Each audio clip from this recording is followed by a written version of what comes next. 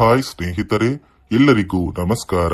ನೋಡಿ, ಗೃಹಲಕ್ಷ್ಮಿ ಯೋಜನೆಯ ಪ್ರತಿಯೊಂದು ಫಲಾನುಭವಿಗಳಿಗೆ ಸರ್ಕಾರದಿಂದ ಭರ್ಜರಿ ಗುಡ್ಡಿಸ್ನ ಕೊಟ್ಟಿದ್ದು, ನಿಮ್ಮ ಬ್ಯಾಂಕ್ ಖಾತೆಗೆ ಸರ್ಕಾರ 6,000 ಹಣನ ಜಮಾ ಮಾಡ್ತಾ ಇದೆ.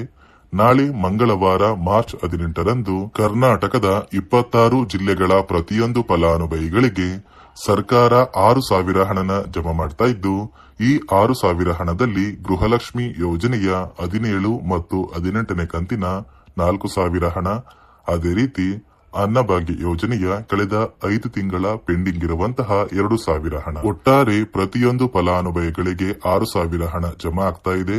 ಮತ್ತು ಈ ಒಂದು ಹಣಕ್ಕೆ 5 ಹೊಸ ನಿಯಮಗಳು ಕೂಡ ಜಾರಿಗೆ ಬಂದಿದೆ. ಹಾಗಾದ್ರೆ ಬನ್ನಿ ಆ ಒಂದು ಮಾಹಿತಿ ಏನು ಅಂತ ತಿಳಿಸ್ಕೊಡ್ತೀನಿ. ಅದಕ್ಕಿಂತ ಮೊದಲು ನೋಡಿ ಸ್ನೇಹಿತರೆ, ನೀವೇನಾದ್ರೂ ಇನ್ನೂ ಕೂಡ ನನ್ನ ಚಾನೆಲ್ ನ ಸಬ್ಸ್ಕ್ರೈಬ್ ಆಗಿಲ್ಲ ಅಂದ್ರೆ ದಯವಿಟ್ಟು ಪ್ರತಿಯೊಬ್ಬರು ಚಾನೆಲ್ ನ ಸಬ್ಸ್ಕ್ರೈಬ್ ಮಾಡ್ಕೊಳ್ಳಿ, ಹಾಗೆ ವಿಡಿಯೋಗೆ ಒಂದು ಲೈಕ್ ನ ಕೊಡಿ.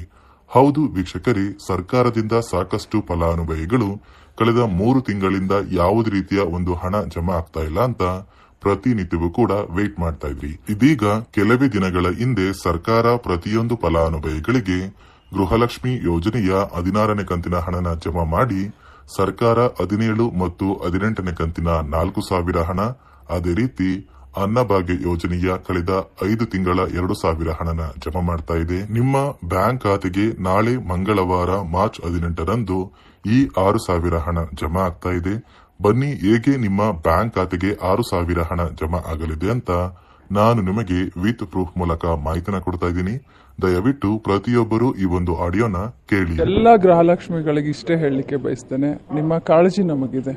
ನೀವು ಗೃಹಲಕ್ಷ್ಮಿ ಹಣ ಬರುತ್ತೆ ಅಂತ ತಿಂಗಳಿಗೆ ಏನೇನೋ ನೀವು ವಿಚಾರ ಮಾಡ್ಕೊಂಡಿದ್ರೆ ಅದು ನಿಮ್ ತಪ್ಪಲ್ಲ. ಸರ್ಕಾರ ವಾಗ್ದಾನ ಮಾಡಿದೆ.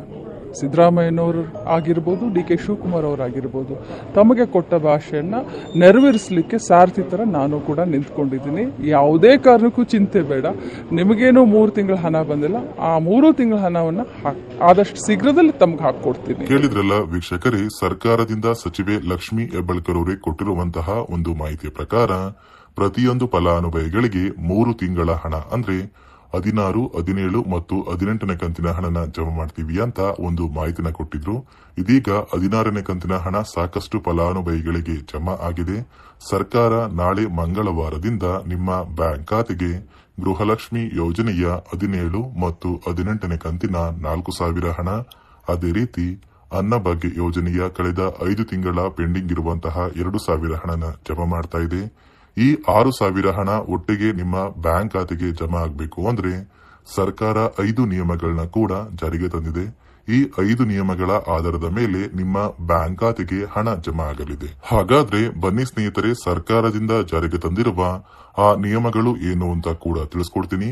ಅದಕ್ಕಿಂತ ಮೊದಲು ನಾಳೆ ಮಂಗಳವಾರ ಮಾರ್ಚ್ 18ರಂದು ಕರ್ನಾಟಕದ ಯಾವ ಜಿಲ್ಲೆಗಳಿಗೆ ಸರ್ಕಾರ ಹಣ ಜಮಾ ಮಾಡ್ತಾ ಇದೆ ಅಂದ್ರೆ, ಮೊದಲಿಗೆ ಬಾಗಲಕೋಟೆ, ಬೆಳಗಾವಿ, ವಿಜಯಪುರ, ಧಾರವಾಡ, ಗದಗ, ಹಾವೇರಿ, ಉತ್ತರ ಕನ್ನಡ, ಬಳ್ಳಾರಿ, ಬೀದರ್, ಕಲಬುರಗಿ, ಕೊಪ್ಪಳ, ರಾಯಚೂರು, ಯಾದಗಿರಿ, ವಿಜಯನಗರ, ಬೆಂಗಳೂರು ನಗರ, ಬೆಂಗಳೂರು ಗ್ರಾಮಾಂತರ, ರಾಮನಗರ, ಚಿಕ್ಕಬಳ್ಳಾಪುರ, ಚಿತ್ರದುರ್ಗ, ದಾವಣಗೆರೆ, ಕೋಲಾರ, ಶಿವಮೊಗ್ಗ, ತುಮಕೂರು, ಚಾಮರಾಜನಗರ, ಚಿಕ್ಕಮಗಳೂರು, ದಕ್ಷಿಣ ಕನ್ನಡ, ಹಾಸನ, ಕೊಡಗು, ಮಂಡ್ಯ, ಮೈಸೂರು ಮತ್ತು ಉಡುಪಿ ಈ 26 ಜಿಲ್ಲೆಗಳ ಪ್ರತಿಯೊಂದು ಫಲಾನುಭವಿಗಳಿಗೆ ಗೃಹಲಕ್ಷ್ಮಿ ಮತ್ತು ಅನ್ನಭಾಗ್ಯ ಯೋಜನೆಯ 6,000 ಹಣನ ಜಮಾ ಮಾಡ್ತಾ ಇದ್ದು, ಮಾರ್ಚ್ ತಿಂಗಳ ಅಂತ್ಯದಷ್ಟರಲ್ಲಿ ಪ್ರತಿಯೊಂದು ಫಲಾನುಭವಿಗಳು ಈ 6,000 ಹಣನ ನಿಮ್ಮ ಬ್ಯಾಂಕ್ ಖಾತೆಗೆ ಪಡ್ಕೋತೀರಾ. ನೋಡಿ ಸ್ನೇಹಿತರೆ, ಈ ಬಾರಿ ಸುಮಾರು 1 ಲಕ್ಷಕ್ಕಿಂತ ಅಧಿಕ ಫಲಾನುಭವಿಗಳ ಬ್ಯಾಂಕ್ ಖಾತೆಗೆ ಸರ್ಕಾರ ಗೃಹಲಕ್ಷ್ಮಿ ಯೋಜನೆಯ ಹಣನ ಜಮಾ ಮಾಡ್ತಾ ಇಲ್ಲ. ಕಾರಣ ಏನು ಅಂದ್ರೆ, ನಿಮ್ಮ ಬ್ಯಾಂಕ್ ಖಾತೆಗೆ ಡಿಬಿಟಿ ಮೂಲಕ ಹಣ ಜಮಾ ಮಾಡುವಂತಹ ಸಂದರ್ಭದಲ್ಲಿ ಸರ್ಕಾರ ಸಾಕಷ್ಟು ಫಲಾನುಭವಿಗಳ ಒಂದು ಬ್ಯಾಂಕ್ ಖಾತೆಗೆ ಹಣ ಜಮಾ ಮಾಡೋದನ್ನ ಕ್ಯಾನ್ಸಲ್ ಮಾಡಿದೆ.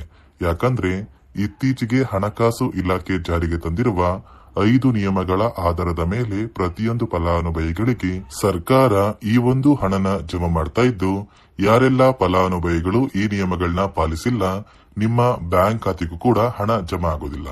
ಹಾಗಾದ್ರೆ ಬನ್ನಿ ಸ್ನೇಹಿತರೆ, ಸರ್ಕಾರ ಜಾರಿಗೆ ತಂದಿರುವ ಆ 5 ಹೊಸ ನಿಯಮಗಳು ಏನು ಅಂತ ನಾನು ನಿಮಗೆ ತಿಳಿಸ್ಕೊಡ್ತಾ ಇದ್ದೀನಿ.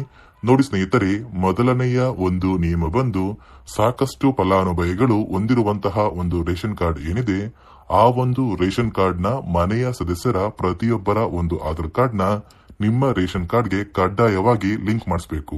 ಅಂದ್ರೆ ಈ ಒಂದು ಲಿಂಕ್ ಮಾಡಿಸುವಂತಹ ಒಂದು ಪ್ರೊಸೀಜರ್ಗೆ ಸರ್ಕಾರ ಇ ಕೆವೈಸಿ ಅಂತ ಕರೀತಾರೆ. ನಿಮ್ಮ ರೇಷನ್ ಕಾರ್ಡ್ಗೆ ಇನ್ನೂ ಸಹ ಇ ಕೆವೈಸಿ ಆಗಿಲ್ಲ ಅಂದ್ರೆ ನಿಮ್ಮ ಬ್ಯಾಂಕ್ ಖಾತೆಗೆ ಸರ್ಕಾರ ಮುಂದಿನ ದಿನಗಳಲ್ಲಿ ಗೃಹಲಕ್ಷ್ಮಿ ಯೋಜನೆಯ ಹಣನ ಕ್ಯಾನ್ಸಲ್ ಮಾಡುತ್ತೆ.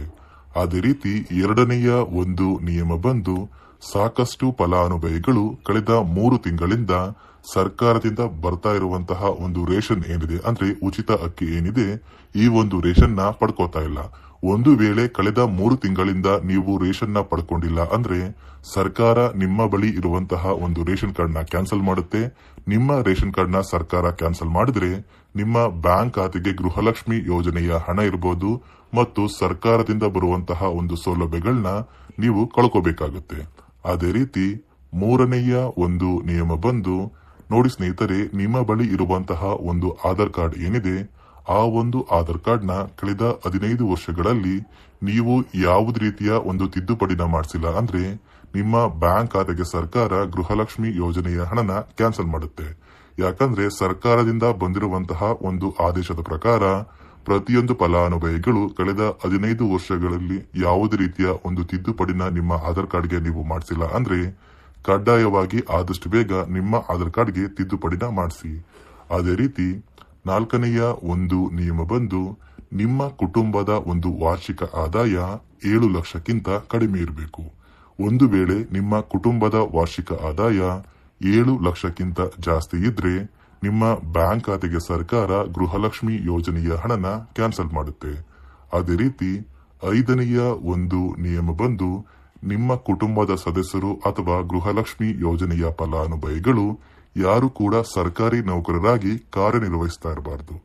ಒಂದು ವೇಳೆ ನಿಮ್ಮ ಕುಟುಂಬದಲ್ಲಿ ಯಾರೇ ಆಗಿದ್ರೂ ಸರ್ಕಾರಿ ನೌಕರರಾಗಿ ಕಾರ್ಯನಿರ್ವಹಿಸ್ತಾ ಇದ್ರೆ ನಿಮ್ಮ ಬ್ಯಾಂಕ್ ಖಾತೆಗೆ ಗೃಹಲಕ್ಷ್ಮಿ ಯೋಜನೆಯ ಹಣ ಕ್ಯಾನ್ಸಲ್ ಆಗುತ್ತೆ. ಈ 5 ನಿಯಮಗಳ ಆಧಾರದ ಮೇಲೆ ಪ್ರತಿಯೊಂದು ಫಲಾನುಭವಿಗಳಿಗೆ ಸರ್ಕಾರ ಹಣ ಜಮಾ ಮಾಡ್ತಾ ಇದೆ. ಒಂದು ವೇಳೆ ನೀವು ಈ 5 ನಿಯಮಗಳನ್ನ ಪಾಲಿಸಿಲ್ಲ ಅಂದ್ರೆ ನೀವು ಕೂಡ ಗೃಹಲಕ್ಷ್ಮಿ ಯೋಜನೆಯ ಹಣದಿಂದ ವಂಚಿತರಾಗಬೇಕಾಗುತ್ತೆ. ನೋಡಿ ಸ್ನೇಹಿತರೆ, ನಾಳೆ ಮಂಗಳವಾರ ಮಾರ್ಚ್ 18ರಂದು ಕರ್ನಾಟಕದ 26 ಜಿಲ್ಲೆಗಳ ಪ್ರತಿಯೊಂದು ಫಲಾನುಭವಿಗಳಿಗೆ ಸರ್ಕಾರ 6,000 ಹಣನ ಜಮಾ ಮಾಡ್ತಾ ಇದೆ. ಆದಷ್ಟು ಬೇಗ ಪ್ರತಿಯೊಂದು ಫಲಾನುಭವಿಗಳು ಈ 6,000 ಹಣನ ಪಡ್ಕೋತೀರಾ ಅಂತ ಹೇಳ್ತಾ, ಇದಿಷ್ಟು ಗೃಹಲಕ್ಷ್ಮಿ ಮತ್ತು ಅನ್ನಭಾಗ್ಯ ಯೋಜನೆ ಕುರಿತು ಪ್ರತಿಯೊಂದು ಫಲಾನುಭವಿಗಳಿಗೆ ಸರ್ಕಾರದಿಂದ ಬಂದಿರುವಂತಹ ಒಂದು ಹೊಸ ಮಾಹಿತಿಯಾಗಿದೆ. ನಾನು ಕೊಟ್ಟಿರುವಂತಹ ಮಾಹಿತಿ ನಿಮಗೆ ಇಷ್ಟ ಆಗಿದ್ರೆ ದಯವಿಟ್ಟು ಪ್ರತಿಯೊಬ್ಬರು ನನ್ನ ಚಾನೆಲ್ ನ ಸಬ್ಸ್ಕ್ರೈಬ್ ಮಾಡ್ಕೊಳ್ಳಿ. ಹಾಗೆ ವಿಡಿಯೋಗೆ ಒಂದು